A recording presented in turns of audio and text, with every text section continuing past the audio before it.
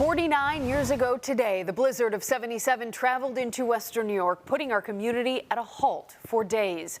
29 people died in that storm, which President Carter declared a federal disaster. News 4's Hope Winter has more on how people are remembering that storm. Good evening. President Carter tonight declared 7 western New York counties a major disaster area. AccuWeather says this is what's coming up. The blizzard will continue through tomorrow. The low tonight, 10 below zero.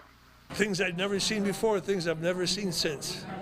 49 years ago, western New York was struck by the blizzard of '77.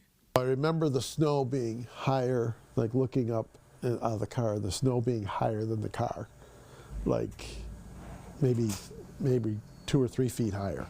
And it was crazy. It was crazy. I remember my parents had both been working. My dad was a city fireman. He went to work on Thursday, which was the day before the blizzard hit. And I don't think he came home until the next week. I was walking down my street, and you were walking on top of cars. The snow was so deep, it was walking on top of cars, and you could reach up and touch the power lines. This is Farber Lane in Williamsville. If you can't see the ruts in Buffalo, you can't see the houses out here. That's a house back there under that snow mound. Homes, streets, communities here in western New York might look different as decades have gone by, but the blizzard of '77 brought sights to western New York that people will never forget. 25 feet above the pavement, the roofs peek out. Somewhere under the mound is a car, a house, and some people, singled out by fate for one of the area's worst snow jobs.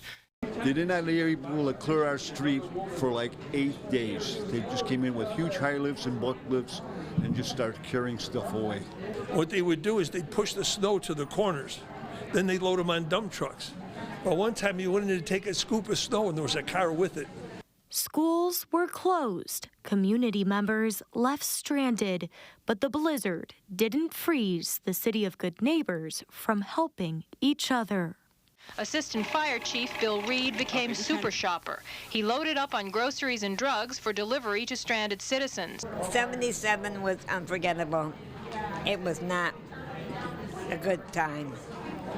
But I think the community, it kind of, in some ways, some areas, it helped to strengthen community ties, people helping each other. Reporting Hope Winter, News 4.